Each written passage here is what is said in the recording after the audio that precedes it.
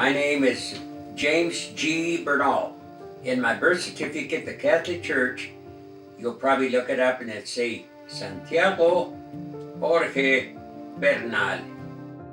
We're in western Colorado, the Loma area.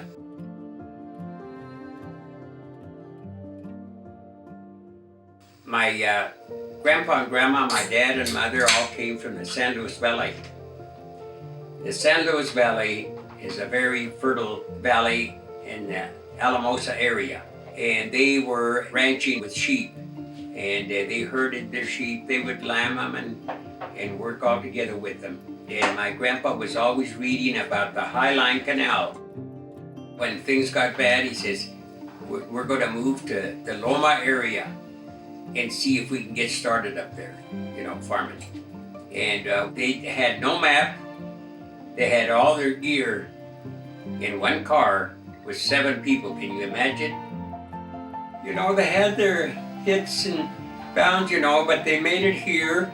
And the first place where they unloaded their gear and stayed all night was they called it the Colonias in Grand Junction. And there were colonies that Holly Sugar put up the migrant workers working there. And of course, they stayed in there, I would say probably 3 or 4 days until they found a house to rent. But the date that they arrived in Grand Junction is a very beautiful date for me. It was May 1st, 1925. It always stuck in my mind. And later on in 1928, I was born in a brick hospital building still in Fuda. I was supposed to be born here, but the doctor that came out to deliver me apparently got a little problem with mother, so he said, I gotta take you to the hospital. Can you imagine, instead of ambulances, she loaded her in his car, and here they come to Fuda. I stayed on the farm all my life and grew up with Dad, and then I went through Loma Grade School. There's a 2-story brick building that's still there. It was a grade school, 8 years. And I went through there, and from there on I went to Fuda Union High School. And I was looking forward to going to school and I would always watch my dad and my grandpa work their horses and how smart they were to do the farming without a tractor at that time. It was a tougher situation because there was very little money. You made the best you could. If they had a sale of hay in Fruta, they'd get up real early and put it on a big wagon, that wagon which is outside of our door there, and load it up. Early in the morning, they'd travel to Fruta, and they were lucky of coming back after they unloaded it, come back to the farm just before dark. So it was a real challenge at that time. So I stayed there and graduated in 1947. And I started farming with my dad, again, with just plain horses, because grandfather had his boys and he had a tractor. Grandpa was actually a little bit ahead of us. He bought the brand new tractor in the year of 1936. And it was a John Deere Pop and Johnny, they call it. Alive growing up in the GJ area here, it's very interesting, and I loved it. I really went for the challenges also, And if you try to stay with scholastics in Fruta after school, you gotta find your own way home, because my dad and my grandpas were very conservative. They didn't want to waste any gasoline going after a kid that would just mess around playing football. I played football in Fuda Union High School, and it was a small school, but we held our own.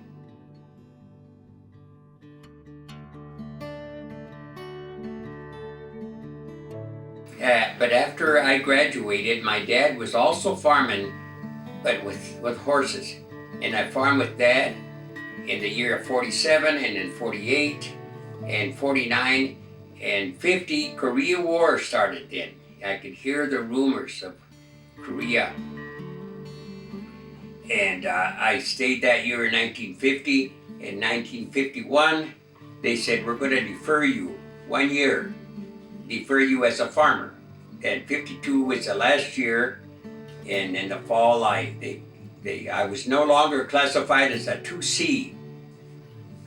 I was 1A at that time. And in January of 1953, along with a lot of Fuda boys and all, they put us in the train at the Grand Junction Depot, and away to Denver we went. Spent a full day examining, and I passed it. He said, well, you can go home and we're going to see when we need you. So Dad and I had bought a pretty good little car. I was kind of proud of it. And I went to Grand Junction to have it washed, and I slipped away from my dad, and I went up to the Selective Service Board. And I says, when is the next draft coming out of Grand Junction? And that was on a Thursday. And she says, it's next Wednesday. And I says, can I go on it? She says, you sure can. And I said, Dad, you're going to farm by yourself this year. I took my basic in a little government installation, Fort Leonard Wood, Missouri. I went there and went through my basic of 8 weeks of infantry training, 8 weeks of construction engineering. And then they drafted me to an additional 8 weeks of leadership school. And I just thought that I was going to Korea. On this leadership school, they put in 72 men and graduated 23, and I was 5th high. I got orders for Camp Carson, Colorado. And there I knew my wife was close by, my girlfriend then, you know. And that's when I told her aunt, I says, do you know the phone number for Helen Lopez? And she wouldn't commit herself. She says, no, I don't. But somewhere or the other, we still found each other, and we had a chance after Korea was quieted down. Your Grandma Helen and I got married. And that is one of the happiest times in my life. And in April the 19th, we have been married 62 years. That's quite a story, you know. And then as soon as we got discharged from the Army, here we come to Loma. Coming home with a new bride and continue to farm. Which is always I had in my mind, this house seemed so beautiful to me as I'd ride by in my pony or my bicycles, and I would say, I'd like to live there. And it sure came to be this very house here. They had rented this farm, and then 30 years later, your grandmother and I came back and bought the place.